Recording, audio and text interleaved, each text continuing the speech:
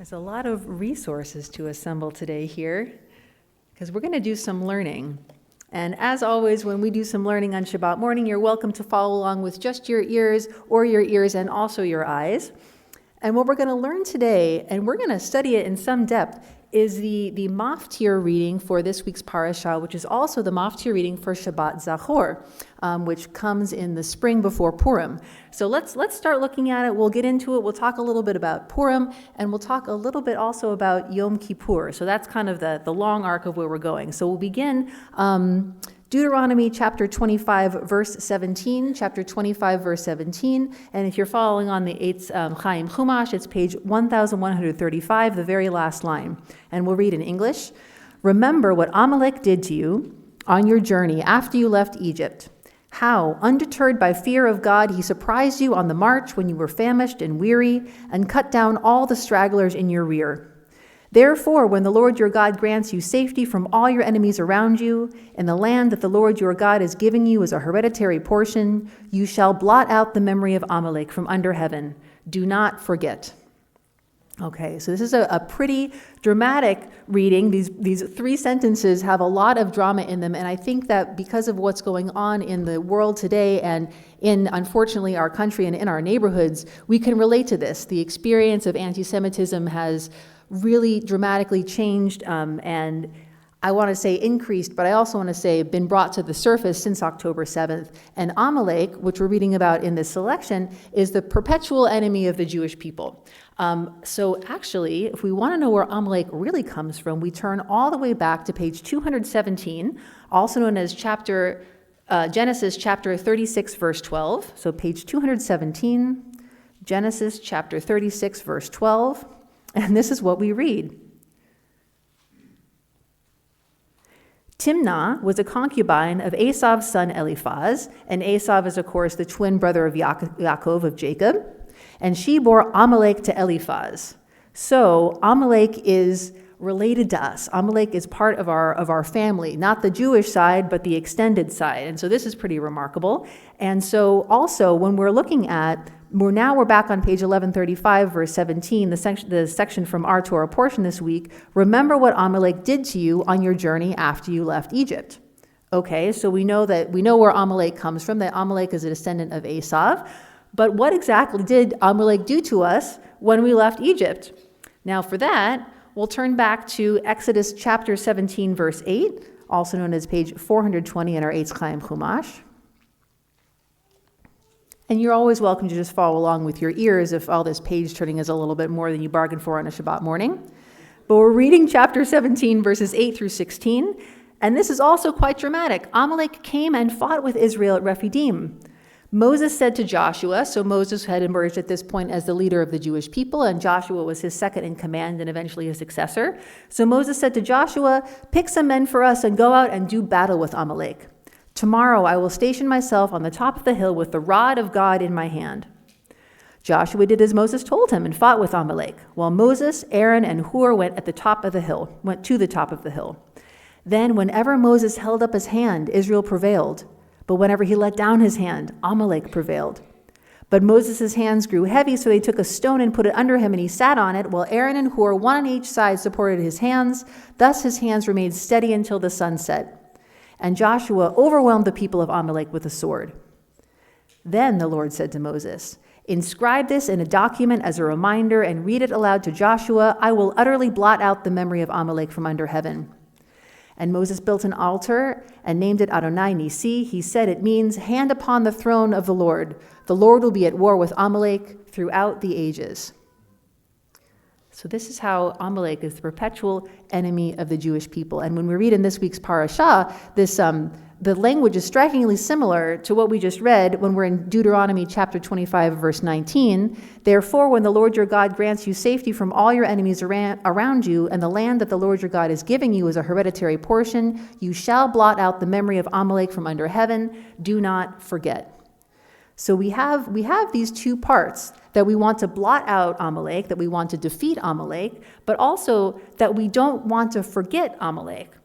So Shabbat Zachor, which comes before Purim every year, Shabbat Zachor. Zachor is all about remembering. And so we'll read a little bit more about this from the Luach. People who come to Morning Minyan and people who spend a lot of time on the Bima know this Luach, Luach literally means calendar. But this is the conservative movement Luach, and I like to call it the little big book of answers because it has so many answers, so much information in it. And so Shabbat Zachor, we read from our Luach. It's the Shabbat before Purim, the second of 4 special Shabbatot before Pesach, so definitely a springtime thing. Its name comes from the first word of the Maftir reading, Devarim or Deuteronomy 25, verses 17 through 19, which we've been reading this morning. It recalls Amalek's cowardly attack upon the weak and weary of the people of Israel as they traveled in the wilderness. The people of Israel is commanded to remember what Amalek did and blot out Amalek's name. The rabbis prescribe that we fulfill this commandment once a year by reading this passage publicly from a Torah scroll. They assign this reading to the Shabbat before Purim to connect blotting out the name of Amalek to the Purim practice of blotting out the name of Haman, boo, who was, according to tradition, a descendant of Amalek. Okay, so that's a little bit about Shabbat Zachor. And so Purim is this holiday that's special for a number of different reasons. And I think the one that we want to start with today focusing on is the fact that it's a way to remember this miracle of us overcoming our enemies. And in today's day and age, it's when we want to overcome our enemies in such a visceral way that many of us have not experienced personally until this very moment in our history, this holiday of Purim has a message that I think is important for us as we're studying this week's Parsha and we read this reading that is all connected to Shabbat Zachor. So we'll read a little bit from another amazing resource, A Guide to Jewish Religious Practice. I have heard that there was a moment in time where this was a mandatory bar and bat mitzvah gift for people, so you might have this on your very shelf. And so we'll read about Purim. The festival of Purim is based on the story in the book of Esther. And Purim attained great popularity because it reflected the perennial problem of the Jewish people, animosity against the Jew. Feel familiar? Haman's accusation, there is a certain people scattered abroad and dispersed among the peoples in all the provinces in your realm, whose laws are different from those of any other people, and who do not obey the king's laws, and it is not in your majesty's interest, the context is not in King Achashverosh's interest, to tolerate them. It is not in the king's interest to tolerate them. So this is the problem. And this accusation from Haman has been repeated in every age.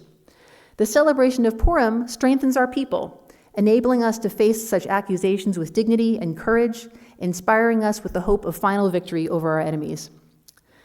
Being in the minority, continuing in this passage, Jews were expected to accept the life pattern of a conquered people. We were expected to adopt the standards imposed upon us by the majority with good grace if we could, or with sullen resentment if we must. We did neither. Instead, we formulated a philosophy of life which prevented the conquest from being consummated.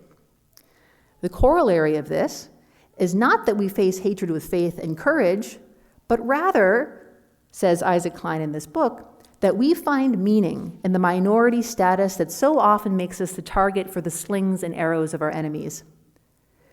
These days should make Jews conscious of the spiritual values which our position as a minority group everywhere in the diaspora should lead us to evolve, and of the dangers which we must be prepared to overcome if we expect to survive as a minority group. Powerful perspective. But this is how the section ends. It is perhaps for this reason that the rabbis said that even when all the other festivals are abolished, Purim will remain. So this is interesting. So there's this idea of at the end of time, when Mashiach comes and everything is good and the world is healed and perfected, may that time come soon, we'll still have Purim. We won't have Pesach, we won't have Sukkot, we won't have Yom Kippur, or actually we will have Yom Kippur, but we'll get back to that later. We won't have Rosh Hashanah, but we will still have Purim. And so this is a teaching from Midrash Mishlei. And all the most interesting teachings come from Midrash. You're like, where is this coming from? How did this idea even come from anywhere? And so this is where this idea comes from. All right. Midrash Mishlei. So Mishlei, also known as Proverbs, Midrash, a genre of Jewish literature that is very creatively interpretive. You never know where they're going with where they're starting. So we have this sentence from Proverbs. She prepared her meat, she mingled her wine. She prepared her meat, she mingled her wine. What is this about? Well, Rabbi Abahu apparently said, this is Esther the queen, obviously. As the time that trouble came to Israel in the days of Mordecai, what did she do? She set up a meal for Achashverosh and Haman the evildoer. She prepared the meat, and she got him very drunk with wine. She mingled the wine, and the evildoer thought to himself that she was granting him honor. He did not know that she opened a trap for him. From that which she got him drunk with wine, she acquired her people forever. She saved the Jewish people. And she even prepared her table, that she set herself up a table in this world and in the world to come. Okay, so now we're getting this table idea thrown in from kind of nowhere. So what's that about? The table is the good name she acquired in this world and in the world to come, since all of the holidays are to be nullified in the future, but the days of Purim will not be nullified, as it is said in Esther, chapter 9, verse 28, these days of Purim will not be rescinded from the Jews, ever, even after the world is perfected. Now Rabbi Elazar swoops in and he says, also, Yom Kippur will forever not be nullified, as it is stated, and it will be to you for an everlasting statute to atone for the children of Israel from all their sins once a year. Okay, so Purim, okay, we're linking it to Yom Kippur because these two holidays will not be nullified. Now, if there's any holidays that I think are pretty different from one another, it's Yom Kippur and Purim. So what is this connection all about? Now we'll turn to a resource that I hope all of us have used in our own learning from time to time, mydewishlearning.com. I think it's a very accessible and also very authentic resource, and I would recommend it to us all. So they start in this surprising connection between Purim and Yom Kippur, and they say, what I just said, it's difficult to imagine two holidays more different than Yom Kippur and Purim. Yom Kippur is this day where, for lack of a better term, it's very serious. We're taking things very, very seriously. Purim, we're having a great time. So it seems like these two holidays are very different. Now, the Zohar, Judaism's premier mystical text, explains that the clue to this unlikely pairing is in the names of the festivals themselves. And the Zohar says the holiday Purim is called Purim because of Yom HaKippurim. Purim, Yom HaKippurim, we're seeing a similarity in these names. For in the future, people will rejoice on Yom Kippur and will transform its required afflictions to delight. So this idea that the names are similar. Purim, which it gets its name from the word pur, which means lot, like casting lots, random chance, and Yom HaKippurim, so the day of casting lots, the day of random chance. So now in the names, we're looking at another way that Yom Kippur and Purim are linked. And so there are three of them, and we already talked about the first. They are both about casting lots. Purim gets its name from the lot that Haman casts in order to determine the day on which he will massacre the entire Jewish people. The fate of an entire nation, of our nation, rests on a single roll of the dice, which is an incredibly uncomfortable thing to contemplate, especially as things are today, that our fate might rest on the single roll of a dice. Oof, okay. But lots, random chance, also plays a critical role in the ancient Yom Kippur ceremony. Back when the temple stood, and we're familiar with this story in a special way here in this congregation, the high priest would take 2 goats and cast lots to determine their fates. One goat would be slaughtered as the Yom Kippur sacrifice, and the other would have the community's sins symbolically cast onto it and then be led off into the desert. The sins would go away. In both these cases, we're uncomfortably reminded that random chance plays a role in our destinies, which leads us to the second reason. The reason why things go well for us in both these situations on Yom Kippur and Purim is because of God. And we have this concept of God as king, and the idea in Purim is that we have a king of flesh and blood, which is very, very vivid, King Achashverosh, and the role of God is very, very subtle. On Yom Kippur, we think of God as king, and the high point of Yom Kippur is when the moment when the high priest entered the Holy of Holies, the innermost sanctum of the temple, and faced God, our king, directly to ask for the people's forgiveness. Now, in a similar and very different way in the story of Purim, Esther must enter the court of the king unsummoned. You can only come to the king with an invitation, and Esther's getting very, very spiritually prepared and very courageous to go to the king without an invitation. In both of these cases, a representative of our people is undertaking a dangerous mission and hope that it's the right move to save us. It's dangerous, it's desperate, And it's our only hope in these situations.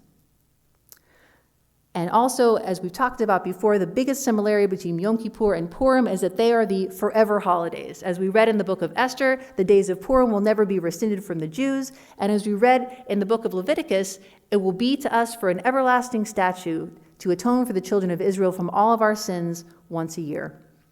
So, all right, so we have these two holidays that are very, very different, but seem connected, that are connected in these interpretive ways. And really, they're two sides of one coin. And here's why. Yom Kippur, where we make teshuvah, we do atonement. We say, okay, we've done some things throughout this past year that have been less than awesome, and we are going to turn from those ways, and we are going to pursue the right path. And we call this time of year the days of awe, the days of awe. But we're coming to teshuvah from a place of awe, and a place of almost fear. Yirah, Yamim Noraim, the word awe, also kind of has this connotation of where we're in awe because the presence of God is so big and powerful. Now, Purim, we read in also chapter 9 of Esther, the Jews ordained and took upon them and upon their descendants and upon all as such joined themselves unto them God's commandments. We're like, yes, we're making teshuvah, we're pursuing God's commandments, and our descendants are going to do so as well because we survived, because we went through this miracle, and that's where our connection to God is coming from. Not from a place of, oh my goodness, God is so big, but from a place of, God is so miraculous. If Yom Kippur is about returning to divine service, Purim perhaps represents the best example of that ideal. Instead of being afraid, we are delighted. So, anti-Semitism, the perpetual problem of our people. On Purim, we're saved from anti-Semitism. It's the biggest miracle we can ever possibly imagine, especially in this day and age. For anti-Semitism to completely go away, wow, that would be something that would be miraculous. That would be something that would feel like the world is being repaired and there's nothing else to worry about. We as Jews are different. And we know that humans can fear and even hate anything that's different. Now back to why we celebrate Purim, back to what we read from Isaac Klein. Given that we are different, given that we will be hated, how can we make meaning from this experience?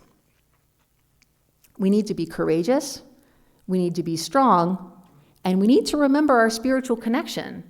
We need to remember these times in the past that God has helped us survive. We have to utterly blot out the memory of our enemies. We have to conquer anti-Semitism completely, and we have to strive to do this every day and in every age. But when we do, we must not forget. We always know, because we have seen from in age after age, that anti-Semitism will come back. But we have to remember the miracles that we've experienced as a people. We have to remember that we have conquered our enemies.